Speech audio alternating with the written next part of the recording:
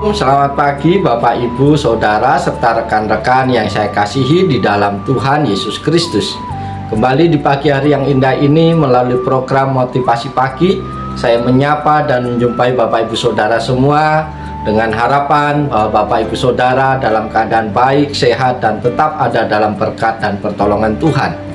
Firman Tuhan pada pagi hari ini yang hendak saya bagikan terambil dari kitab Amsal pasal 31 ayat yang ke-30 yang berbunyi demikian: kemolekan adalah bohong dan kecantikan adalah sia-sia, tetapi istri yang takut akan Tuhan dipuji-puji. Amin. Bapak Ibu Saudara yang dikasihi Tuhan Yesus Kristus, hampir semua perempuan ingin dan senang dibilang cantik. Perempuan cantik memang sangat menarik perhatian dan sering mendapat kesempatan istimewa. Rasanya semua orang senang berdekatan dan ngobrol dengan perempuan cantik dan wangi. Tidak heran jika banyak perempuan melakukan berbagai upaya supaya cantik.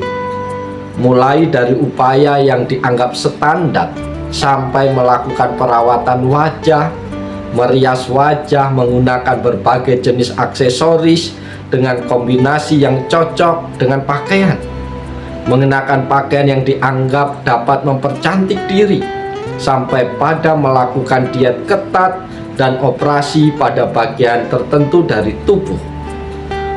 Bagi sebagian orang, menjadi cantik merupakan hal yang sangat penting, bahkan keharusan, sehingga mereka mau melakukan berbagai upaya yang tidak mudah dan tidak murah. Selain itu, banyak kontes kecantikan dilakukan dalam berbagai level, bahkan sampai ke level internasional. Pemenang kontes kecantikan diperlakukan bak ratu dengan disematkan mahkota di kepalanya, ditambah dengan berbagai hadiah, fasilitas, dan kesempatan yang menggiurkan. Hal ini mengakibatkan sangat banyak perempuan yang berupaya mengikuti kontes-kontes tersebut dengan harapan bisa menjadi ratu kecantikan. Demikianlah dunia memandang kecantikan yang dilekatkan kepada perempuan. Jika kecantikan dianggap penting oleh dunia, mengapa dalam Alkitab dituliskan bahwa kemolekan adalah bohong dan kecantikan adalah sia-sia? Melalui bagian firman Tuhan pada pagi hari ini ada beberapa hal yang perlu kita pahami bersama mengapa Alkitab menuliskan demikian. Yang pertama adalah molek dan cantik tetapi tidak takut akan Tuhan. Kemolekan adalah bohong dan kecantikan adalah sia-sia, tetapi istri yang takut akan Tuhan dipuji-puji. Demikianlah tertulis dalam Amsal 31 ayat 30. Rasanya setiap suami pasti mau jika istrinya molek dan cantik. Akan tetapi jika sang istri yang cantik dan molek itu tidak takut akan Tuhan, apakah artinya kemolekan dan kecantikan tersebut? Dari zaman dahulu kala sampai dengan di era digital ini, sangat banyak istri yang tidak takut akan Tuhan. Ada istri yang tidak setia pada suami, berselingkuh, bahkan berzinah. Dan ia sengaja menggoda laki-laki untuk berzinah dengannya, seperti istri Potifar. Bapak Ibu Saudara yang dikasihi oleh Tuhan Yesus Kristus, oleh sebab itu melalui bagian firman Tuhan pada pagi hari ini, kita semua diingatkan bahwa kemolekan dan kecantikan perempuan adalah sia-sia jikalau mereka tidak takut akan Tuhan. Kemolekan dan kecantikan hanya digunakan untuk melakukan dosa. Akan tetapi, sekalipun seorang istri tidak memiliki kemolekan dan kecantikan seperti ukuran dunia ini, jika ia takut akan Tuhan, maka ia akan dipuji-puji. Hal yang kedua yang perlu kita pahami adalah cantik tetapi tidak susila. Amsal 11 ayat 22 mengatakan, seperti anting-anting emas dicungur babi, demikianlah perempuan cantik yang tidak susila. Saudara-saudara terkasih, ada perempuan yang tidak mampu mensyukuri dan menggunakan kecantikannya dengan benar. Kecantikannya hanya digunakan untuk melakukan tindakan-tindakan yang tidak susila. Nafsu seksual tidak dikendalikan tetapi dihamburkan sedemikian rupa. Perilaku seperti ini tentu sangat berisiko bagi dirinya sendiri dan orang lain. Perilaku yang asusila ini selain tidak berkenan kepada Allah, juga berbahaya bagi kesehatan diri sendiri dan orang lain. Karena berisiko terpapar berbagai jenis penyakit, termasuk penyakit menular seksual sangat tinggi. Apalah artinya kecantikan jika sepemilik kecantikan tersebut bertindak asusila. Yang ketiga yang perlu kita pahami dari bagian firman Tuhan ini adalah tidak berdandan dengan pantas dan sopan. Saudara-saudara terkasih, pada umumnya perempuan suka berdandan. Tujuannya adalah untuk mempermolek dan mempercantik diri. Dandanan seorang dapat membuat orang lain terpesona, pangling, dan menjadi senang karena menikmati dandanan tersebut. Akan tetapi ada dandanan yang membuat orang lain tersandung. Alkitab menyebutkan sebagai dandanan yang tidak pantas dan tidak sopan.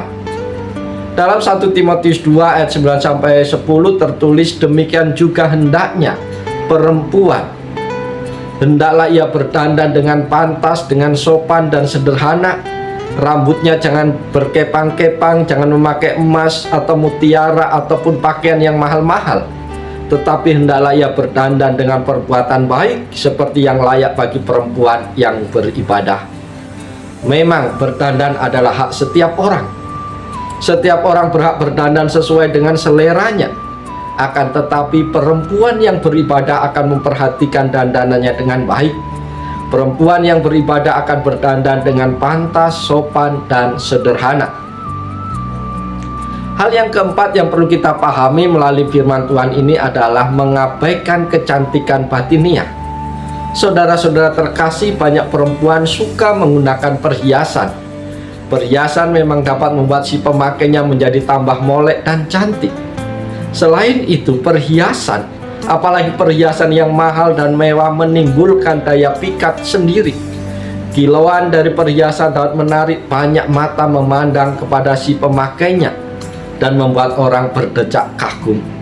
Bahkan perhiasan yang digunakan seseorang sering dijadikan sebagai ukuran atau standar status sosial ekonominya. Makin bagus dan mewah perhiasan yang dipakai seseorang, makin ia dianggap berkelas. Jadi tidak heran jika banyak orang senang memakai perhiasan. Jeleknya, ada perempuan yang tidak nyaman jika tidak menggunakan perhiasan seperti yang ia kehendaki, sehingga ia melakukan cara-cara yang tidak tepat agar dapat menggunakan perhiasan. Misalnya berhutang atau meminjam atau menyewa perhiasan orang lain. Padahal sejatinya daya pikat atau pesona seorang perempuan tidak bergantung kepada perhiasan yang dipakainya.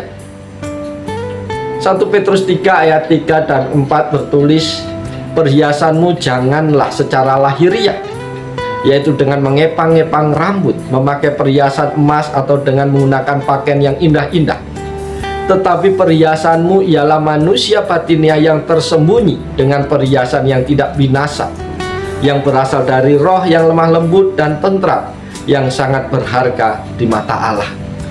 Jadi jelas kemolekan dan kecantikan seseorang perempuan bukan berasal dari perhiasannya, tetapi dari rohnya yang lemah lembut, yang tunduk pada pimpinan Allah. Apa artinya cantik dan molek jika hati tidak tentram dan tidak berkenan kepada Allah? Hal yang kelima yang perlu kita pahami dari bagian firman Tuhan ini adalah cantik tetapi sombong. Tidak bisa dipungkiri bahwa kecantikan seseorang dapat menimbulkan kekaguman orang lain kepadanya. Ada banyak keistimewaan yang diperoleh oleh seorang perempuan yang molek dan cantik. Akan tetapi jika tidak mawas diri, kemolekan dan kecantikan yang dimilikinya dapat membuat seseorang tersebut menjadi sombong. Kesombongan seseorang menunjukkan bahwa ia tidak memiliki karakter yang baik. Perempuan yang sombong, semolek dan secantik apapun, cepat atau lambat akan membuat orang lain menjadi jengkel dan tidak suka. Kesombongan karena kemolekan dan kecantikannya akan membuat ia tidak disukai banyak orang, dan itu akan merugikan diri sendiri. Berbagai masalah akan dia hadapi karena kesombongan itu. Dengan demikian nama Tuhan tidak dapat dipermuliakan melalui kehidupannya. Bapak, Ibu, Saudara yang dikasihi Tuhan, mari kita belajar dari apa yang tertulis dalam firman Tuhan pada pagi hari ini. Kiranya dapat membuat semua perempuan menjadi bijaksana. Berdandan agar menjadi molek dan cantik tentu bukan suatu hal yang salah, tetapi berdandanlah dengan pantas sebagaimana layaknya anak Tuhan. Selain itu, jangan pernah menyalahgunakan kemolekan dan kecantikan sehingga membawa diri sendiri dan orang lain jatuh ke dalam dosa. Semoga kemolekan dan kecantikan yang ada pada diri setiap wanita-wanita, perempuan-perempuan yang mengasihi Tuhan itu dapat membawa kemuliaan bagi nama Tuhan. Bapak, Ibu, Saudara yang dikasihi oleh Tuhan Yesus Kristus, lewat bagian firman Tuhan pagi hari ini kita semua kembali diingatkan bagaimana kita menjalani kehidupan kita hari lepas hari, bagaimana kita mensyukuri apa yang Tuhan beri dalam hidup kita dan berlaku apa adanya, sehingga kita bisa berkata bahwa segala sesuatu kemuliaan itu hanya milik Tuhan, dan kita semua adalah hamba-hamba Tuhan, anak-anak Tuhan yang harus bisa menyaksikan kebaikan Tuhan melalui seluruh aktivitas hidup kita. Oleh sebab itu, mari kita jalani seluruh kehidupan kita hari ini dengan penuh sukacita dalam Tuhan. Lakukanlah yang terbaik dan ingat bahwa Tuhan senantiasa ada bersama dengan kita. Ia siap menolong, Ia siap memberkati Bapak, Ibu, Saudara semua. Oleh sebab itu, selamat pagi, selamat berkarya. Tuhan Yesus memberkati Bapak, Ibu, Saudara semua sepanjang hari ini. Haleluya, amin.